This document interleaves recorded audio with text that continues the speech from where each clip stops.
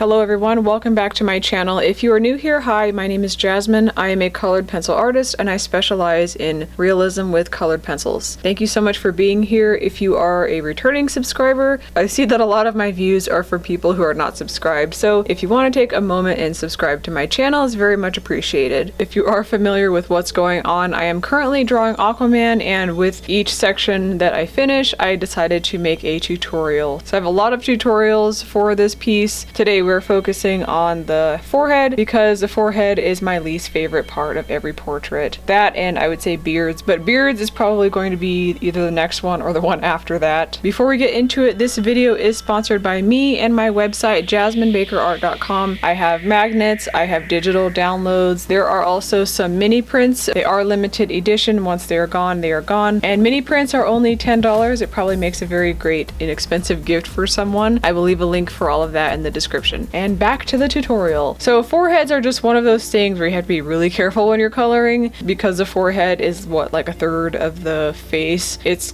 going to be a lot of coloring, and it actually has a lot more dimension than you think. For Jason Momoa's forehead, we can see that there's probably, I would say, 4 sections of different color, and that's where the skill comes in. So I decided to start off the forehead with a couple of darker colors. I think I used the sepia. It's basically like an undertone work that I'm doing. Kind of like if you think of a painting that has an underpainting. I'm kind of applying the same principle but with colored pencil, so it can be a little bit different. So I'm mainly using the dark flesh, the sepia, and the burnt ochre. The burnt ochre 50%. Once I have those colors blocked in, I went in with this color called French Gray 10%. That is that gray that I was talking about that's almost white. It's a great color for coloring eyes or like highlights on faces because it's not a super bright white. So with that French Gray 10%, I start coloring in vertical lines, and then I just kind of map that out where it's going to be a little bit lighter in certain areas, like right above his eyebrows. After that, I use the dark flesh 40%, which is that really pale, it's like a pale cool tone pink.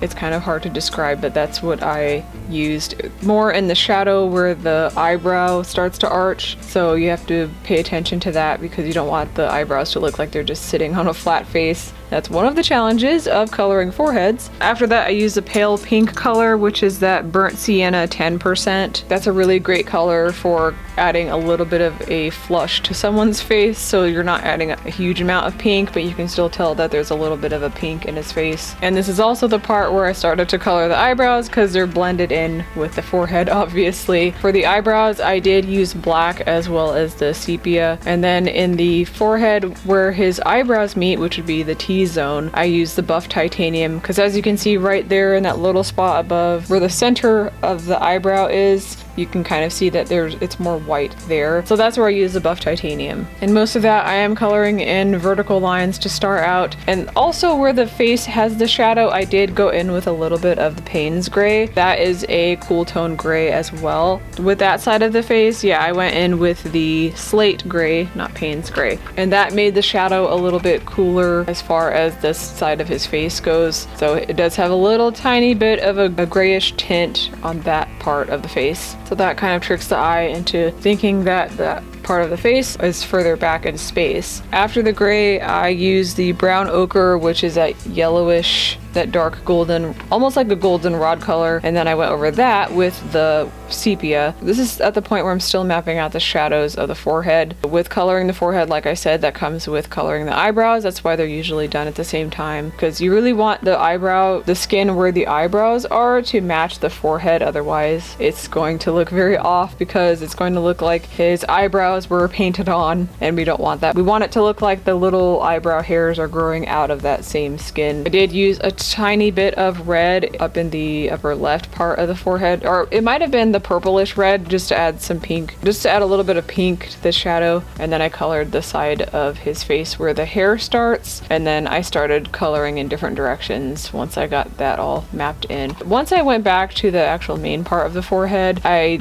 did start coloring in vertical lines again. I used used that Dark Flesh 40%. After the Dark Flesh 40%, I went in with the Burnt Sienna 50% because I wanted to add a little bit more of a pink tone because I don't think there was enough. My eyes just didn't agree that there was enough pink. So I did the Pointillism again and added that in. So it was like a 2-for-1 because I added the skin tone and I also was able to use that to add in skin texture. And then I used that Anthraquinoid pink, which is that bright pink color right above his eyebrows where the highlights are, still adding in skin texture but making sure that there's still enough white showing through, so it shows that that part of the face is a little bit more protruding where his brow bone is. You probably noticed that I use a lot of Pointillism because that's one of the things that I really find super useful when I'm doing portraits, especially when it's a man's face, because men usually have more texture in their faces. They're not usually wearing makeup. But if you get a woman's portrait that has no makeup, you can definitely see a lot more pores. It just depends on what reference you're using. On the right side of the face, I'm going in with that goldenrod color, which is the brown ochre. That's adding more warmth to the face where the sun is shining. And of course that burnt sienna, I'm using a lot of that on this portrait. I use that right where the hair is kind of resting against his forehead. That bright pink is coming in handy to add more pink to that side of his face. It is going to get toned down later, so I don't have to worry too much about the brightness here. After that, I use the burnt sienna 50%, which is that pinkish grayish, or it's like a grayish pink color. I guess it's like an ash rose. So I went over the forehead with that and I started blocking in some of the shadows on that side of his face with it.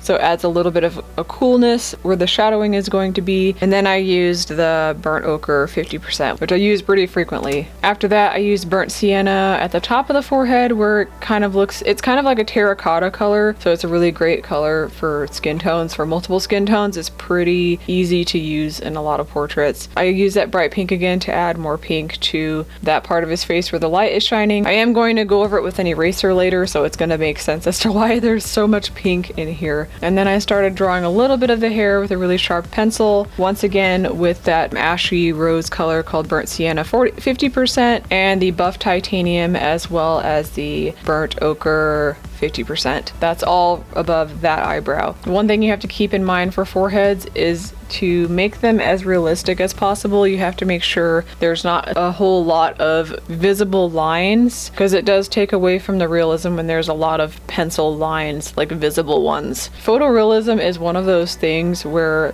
the absolute most blending is done as possible to eliminate the pencil lines. I mean, aside from the shadows and the highlights, the pencil lines are thing that sets it apart from a regular like sketchy pencil portrait. The blending is a little bit more of a process, a lot more of a process, because there's so many layers that you have to do. There's a lot more texture that you have to add in order for that. I use Pointillism a lot because it's very easy for me to add skin texture and add a color to something without going overboard and adding huge patches of color. It makes it easier to blend certain colors, and like red, I added quite a bit of red for this, as you can see. The other thing is making sure that there's enough pencil layer so when you're taking away color later, like with an X-Acto knife or a battery eraser, it's going to erase properly almost to a clean white paper so that you can add in a brighter color later, or a darker color sometimes, again depending on what you're drawing. And I have multiple battery erasers. I do like the Helix one when I'm erasing a large area of space, or if I want something that erases almost to clean white paper, I will use that one. And then I have another battery eraser that is rechargeable. I have a smaller eraser nib on it, which will allow me to erase much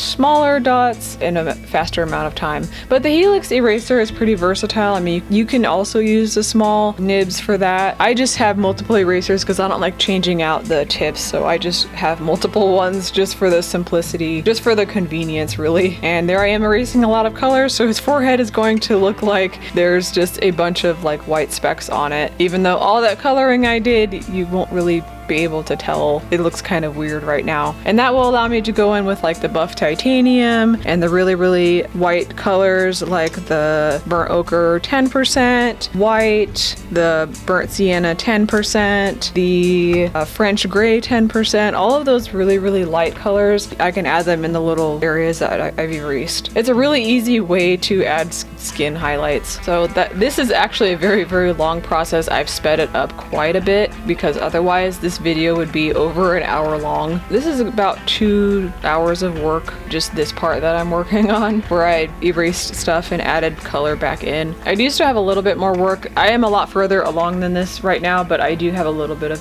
things that I want to change on the forehead. Just very, very minor things that I want to add in just to make sure it looks uniform with the rest of the body. So the French gray 10% right there, I'm starting to use that to blend in the little dots that I added with the other colors. Then it will start to look like skin texture. A little bit later in this video, I'll show you a little close-up of it. The really pale pink that I'm using is the Dark Flesh 40%. I'm using that along with the Burnt Ochre 50%. That's to get everything to kind of blend together at this point. The Buff Titanium, and there is another color that I really like using. It's a little tiny bit more yellow than the Buff Titanium. I use that one a lot for skin highlights as well. It's called Brown Ochre 10%, so it's a lighter version of that other flesh color that I have. And the other one that I also like using is the Brown Ochre 50%, which is a little bit more yellowish than the Brown Ochre 10%. I think I did find his nose to be a little bit more challenging than the eyebrows this time. I really don't like coloring eyebrows, but they are very important. You still have to add the skin texture even where the eyebrows are, because like I said, it's going to look very odd if there's no skin texture there,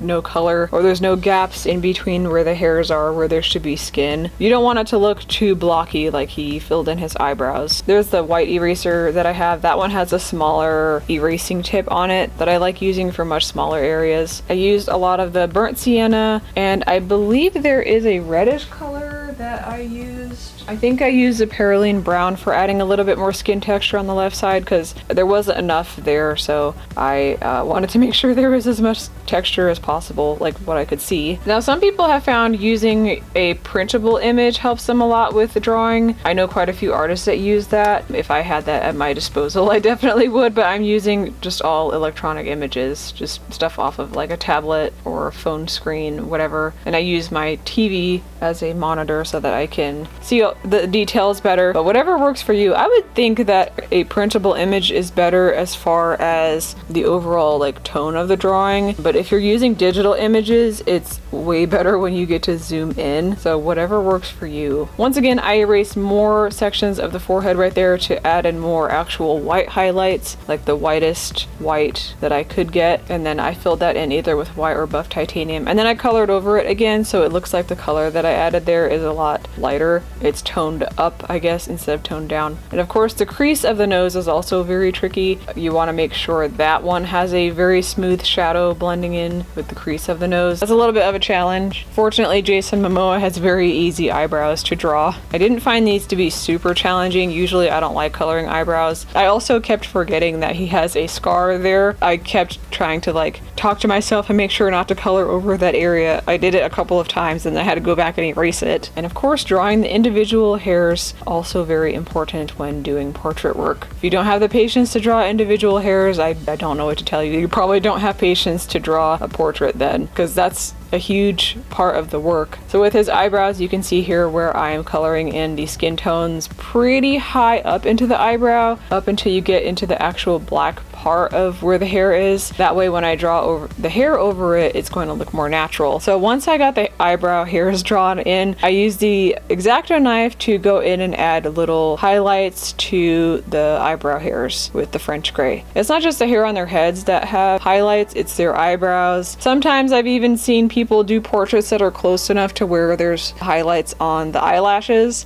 I've seen that a lot. There's also like highlight hairs on the beards. There's gray in beards. There's quite a bit of depth to hair that isn't just on the head. This one is not close enough to really see any highlights on the eyelashes, so I think I'm safe there. With drawing eyebrow hairs, I do have to sharpen the pencils a lot just to make sure the lines stay as thin as the hair actually is. So these eyebrows didn't take too long. With the scar on his eyebrow, I think I went in over with the French gray so it looks like there's a little bit of shadow from the hair, but you can still see the skin there. And that's pretty much it. This was most of the forehead work. I had to condense a lot of this because, like I said, the video would be way too long otherwise, but this is the gist of it. You kind of get the point of what I'm talking about. If you have any other questions or you want me to do a different tutorial, please let me know in the comments. Make sure you subscribe. I do try to make 1 to 2 videos a week, but yeah, I'm trying to be active on this account again, so I've been editing a lot of stuff. I have a lot to film today, but thank you so much for watching, and I will see you in the next one.